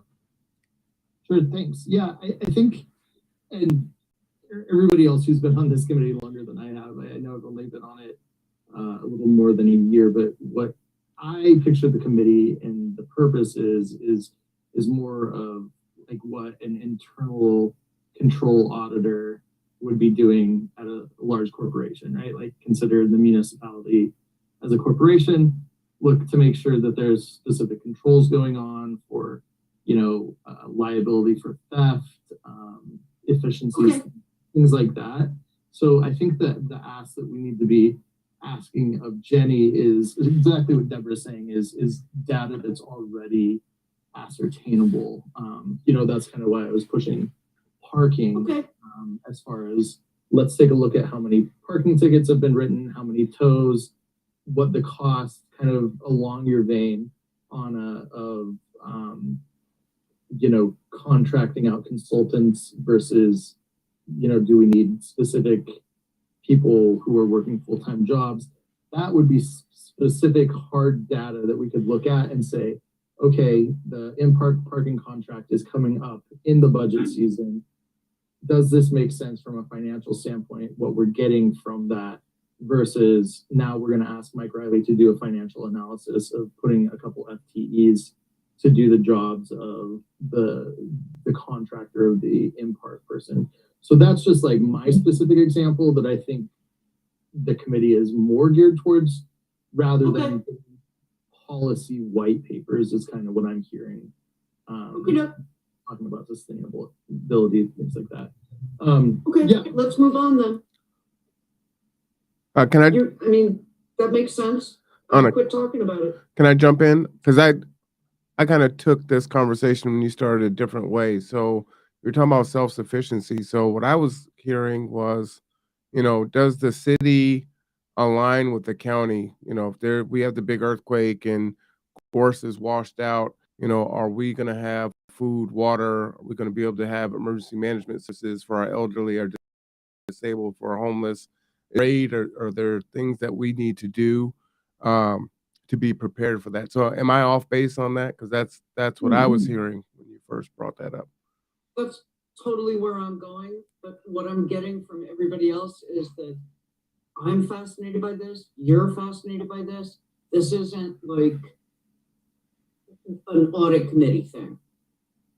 Is that making sense? But wouldn't that be an audit to see where we're at? And as far as the college does shooter drills and earthquake drills, and so where does this city stand as far as if this thing happened tomorrow? Are we ready? And where are our deficits? So basically, review our emergency preparedness. Casey Dam.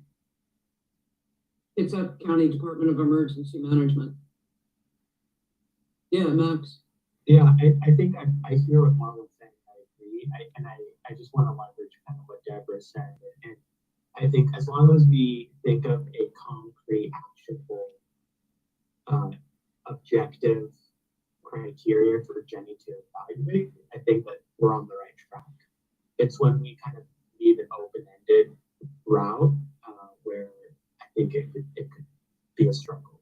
So, to evaluate preparedness and earthquake safety or school shooting drills, I think that's one thing, and probably, create an action plan in that. And I think that's valuable to be discussed, but we probably want to target it a little bit.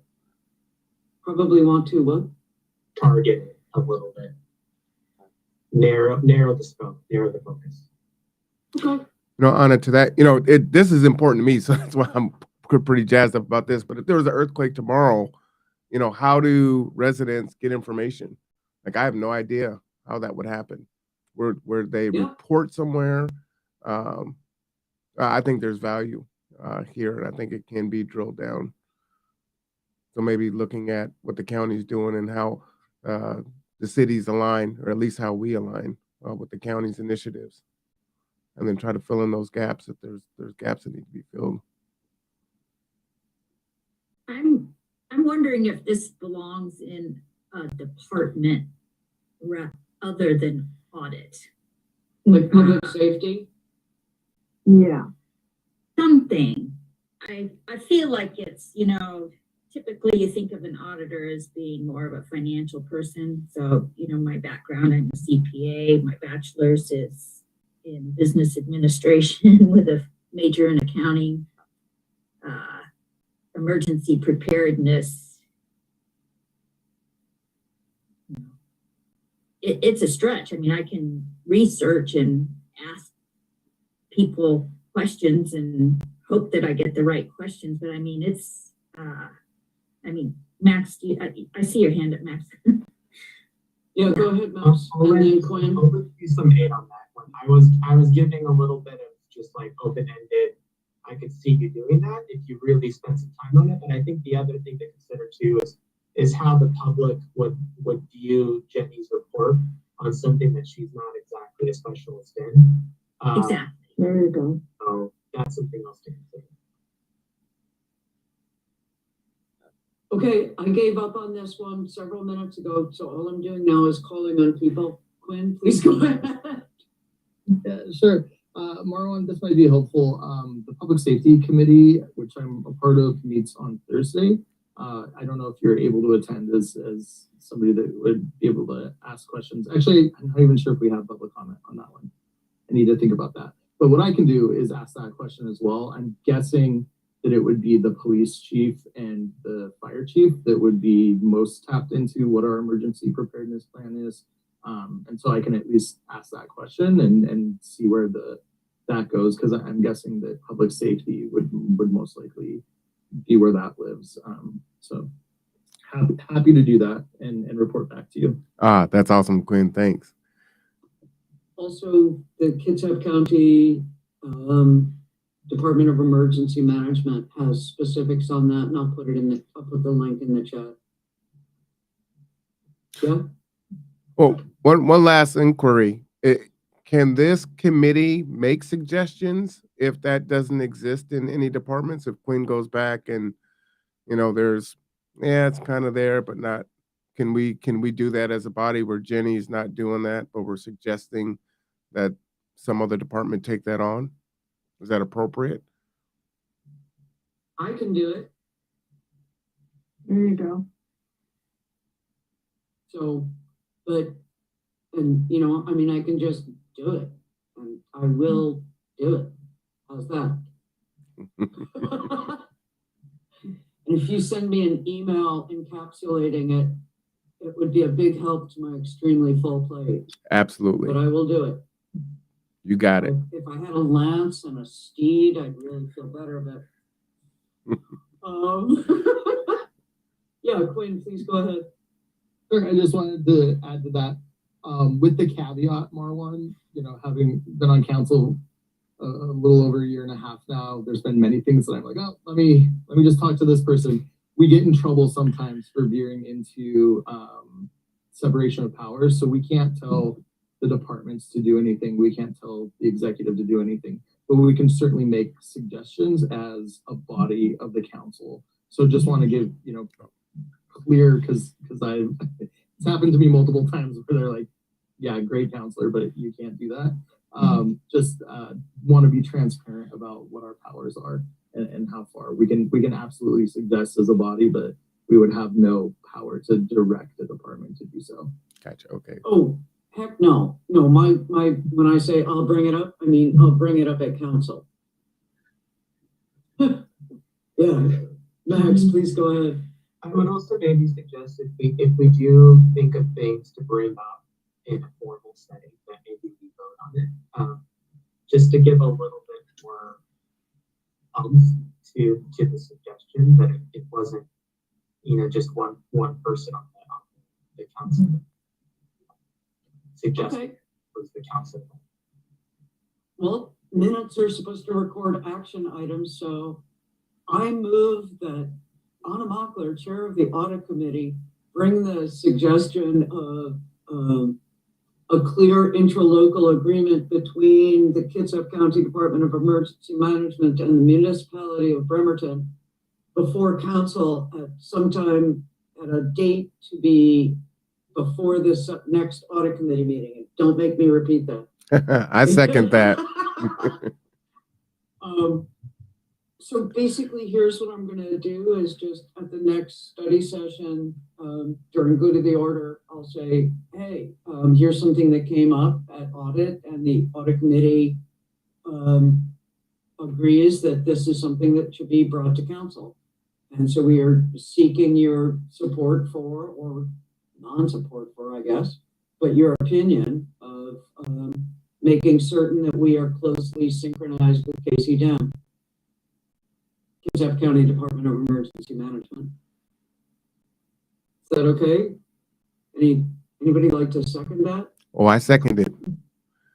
Okay, anyone opposed? The committee My hand is not showing, Anna, but I believe there's an interlocal already in place. I can make note to, if there is one in place, to just email it to all of you. But there's Okay. master plans in place for the county. I believe the cities all have master plans. Interlocal is there for KCDEM, but going back to the budget project, I'm seeing this tie into that same universe of how does this information live online? How is it acceptable to the public? So I'm kind of coming from that angle. So I'll see if I can see any agreements. And so we're not, that you or the audit committee wouldn't be bringing up something that's already done, or if it's on the periphery and coming back. But I don't see that on the schedule anywhere. But those are only brought back when they're updated, so it might be a while since our last interlocal. Anyway, thank you. Okay. Thank you, Christine. That makes really good sense. Deborah, I'm going to be with you in just 1 second.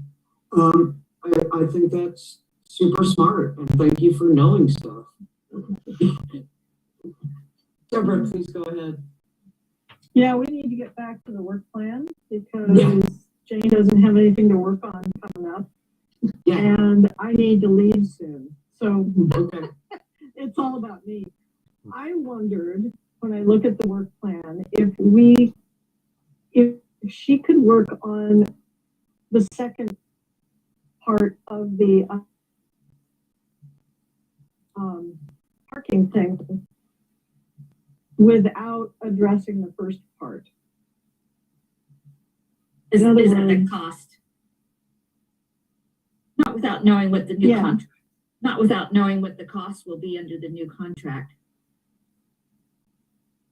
Could you compare it to the existing contract just as a starting point, as a place to get started?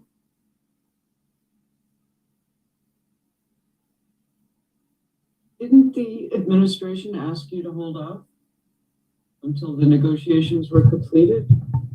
Well, I wouldn't get involved in checking the compliance of IMPART. I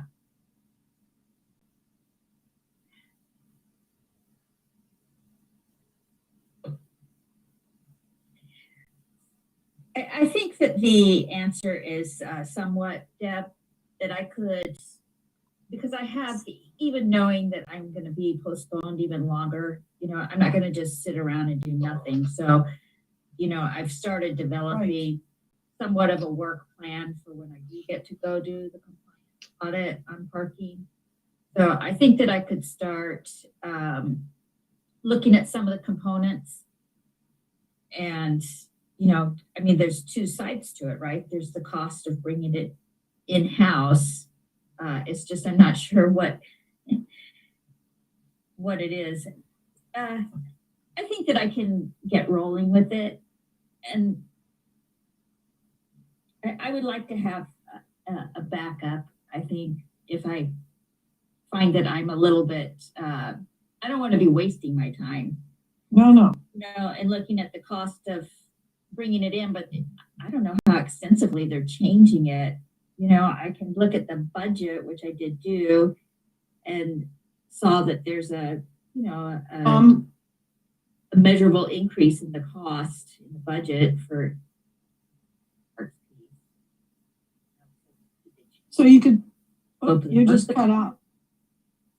A lot of what you just said just cut out. I'm sorry. I don't know why that is. Yeah. I have a strong signal. I'd like to, okay, so I understand, Deborah, your desire to finally be moving ahead on the parking thing, but I would say that the much stronger impetus of council, and this is at the urging of the people of Bremerton, is to work on these two items that have to do with affordable, habitable housing. The updating the surplus city-owned land Okay. review and the landlord license compliance. That would Great. actually, I'm pretty darn certain that here we are representing the will of the people of Bremerton. Great. Well, that's good because then we don't have to be guessing what the new contract's going to be saying and proceeding, you know, and then find out that you did it wrong. So picking one of those for my next priority would be great. Well, updating the surplus land review, there's a GIS layer that shows us all the city-owned vacant land and facilities. Is that something in your wheelhouse, Jenny, to determine which of those are suitable for developing affordable housing units? Well, it's not me personally, but you know, I can reach out to the people that know. So somebody from community development, so I can look for the properties. I'm not going to assume that the GIS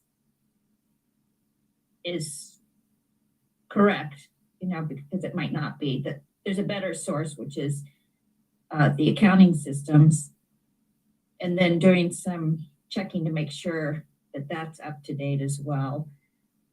But yeah, I can get going with that. And then I would be relying on community development department as to what the zoning is for these properties. Okay. So, yeah, I think it's in mine and Christine's wheelhouse.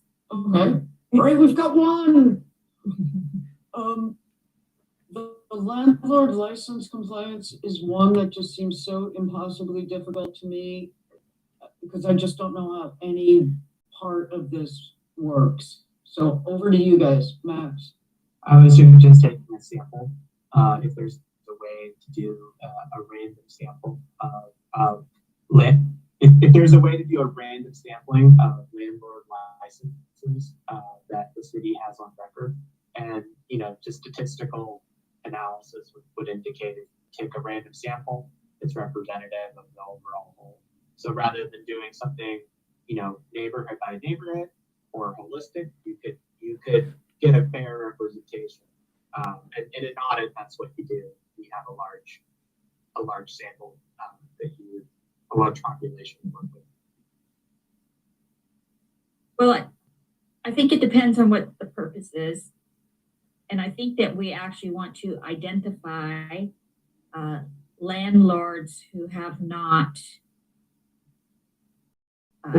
gotten a license. So I don't think we're going to need specific people and addresses to point to. I don't think you can do that though, from an audit perspective, because I think that you're kind of looking from a negative kind of confirmation aspect. Like you need to first find ones who say that they're doing it compliant to check that they're compliant. So you need to go to the database to see which people are registered as landlords or addresses. I don't know the best way to do it, but you need to find the way to find the whole population to pick from them to identify the ones that aren't registered. Because otherwise, your only other avenue would be to do a complete test, in my opinion. The only other avenue would be what? To do a complete 100% test of everybody. Well, wouldn't the tax records, property tax records indicate ownership of a property? And where owner's address is different from the actual address and we'd be talking only residential properties, which I think are separated out, then I don't know. I'm spitballing here, but I'm thinking there's a way of getting at this. Well, there's that, which I think we've talked about in committees previously. Mhm. And then we also have the utilities. So Right. in some circumstances, the landlords will pay water, sewer, garbage. And so when the billing address in our utility system is different from the physical address, that's a pretty clear indication. So that's how we were. Sorry. Voter rolls are another one where it's like they're registered to vote in one place and their residence is in another. Can Jenny, can you clarify the scope of this one for me again? I'm trying to understand it better. Well, the city of Bremerton requires landlords to pay for a license, and it's $75 a year, I believe. And the funding from that, I believe, goes towards helping with code enforcement, so that, you know, the intent is to make sure that renters live in habitable properties. So we want to find out, you know, if there are landlords out there, we believe that there are, who aren't licensed. And so it's to identify those people so that we can, you know, up the code enforcement and make sure that the renters in Bremerton are living in habitable properties. I'm just trying to understand if it would bog you down to do a complete search like that. So even if we started at, say, voter rolls or utilities, and say we found 1,000 landlords that technically the address is mismatched, how much time would it take you to sort through 1,000 people to figure out that because of some reason or another, only 50 were actually not compliant? And you know, I don't want to bog your time down with that. So I want to be careful in limiting the scope on that a little bit. Deborah, can you take the meeting for the next 2 minutes? Yeah, sure. Okay, please carry on.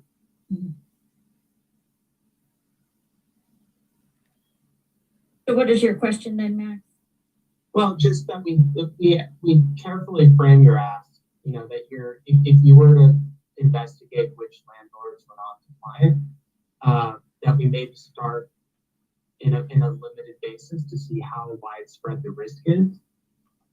And if it is widespread, you know, maybe we expand the scope of it a little bit. But, you know, I want to be careful that we don't cast the net out too wide, only to find out that half of the year was taken to find something unsubstantial.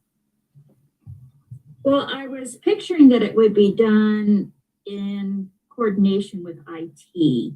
So it wouldn't be me sitting down, inputting a bunch of addresses that didn't correspond. It would be hopefully IT writing a macro of some sort, doing their magic and extracting the data, say, from the Kitsap Assessor's website. I think that actually the Kitsap Assessor's website may even identify some of the properties as being rentals.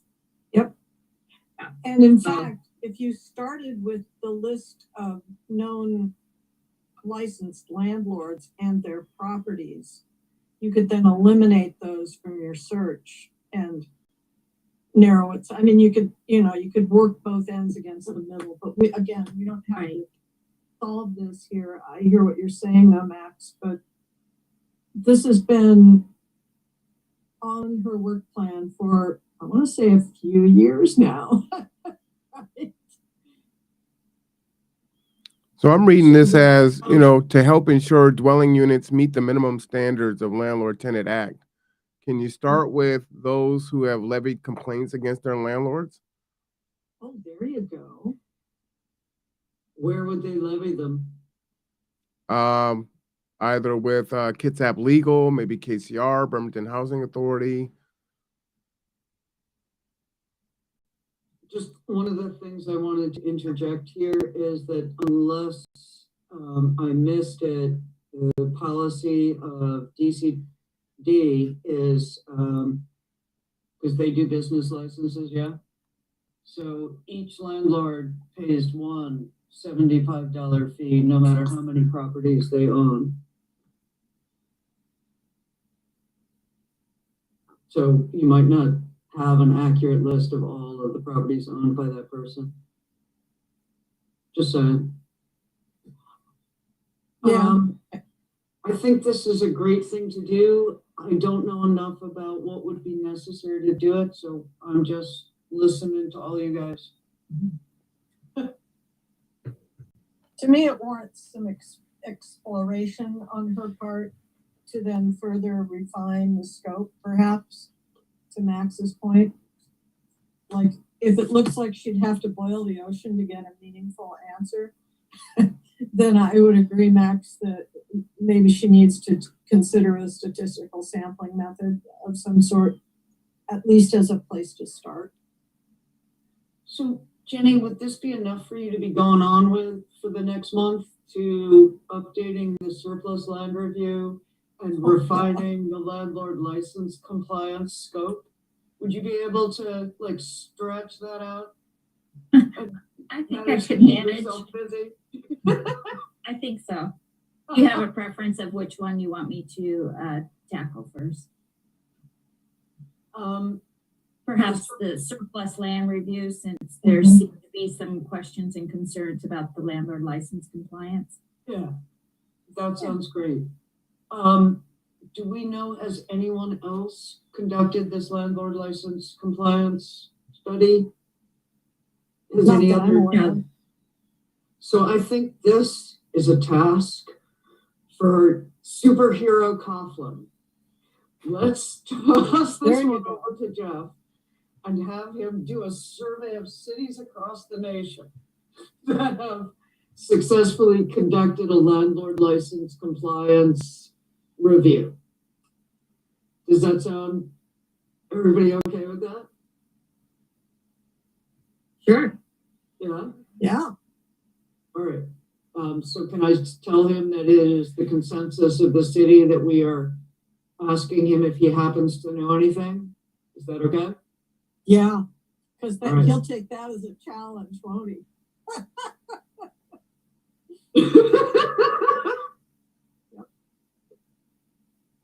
He takes it's a very engaging character virtue.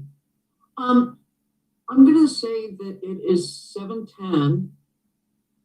Jenny has done a looble of work, if not a coluble and a half, right? We've given her something so that, to keep her from being idle.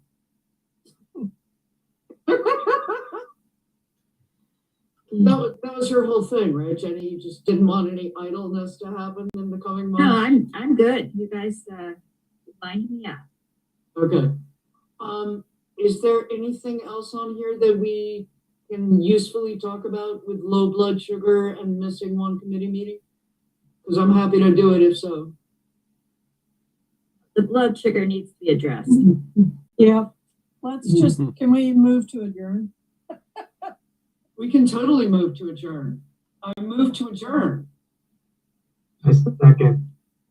Okay, so before we Thank complete you. the adjournment, I have to say thank you. You guys are really wonderful. This is my favorite committee ever. Okay. Thank you. Right. Stay warm and dry. Thanks to everybody. Bye. Good Thank you, guys. Thank you. Good night, everyone. Yeah, thanks, Jenny. Good night. Thanks. Hey, thanks, Anna, for checking in on me, making sure I was good to go for tonight. I appreciate that. I wanted you to be. You're welcome. All right. Have a good night, everyone. Good night. Night. Good night, Marwan. Bye, Christine.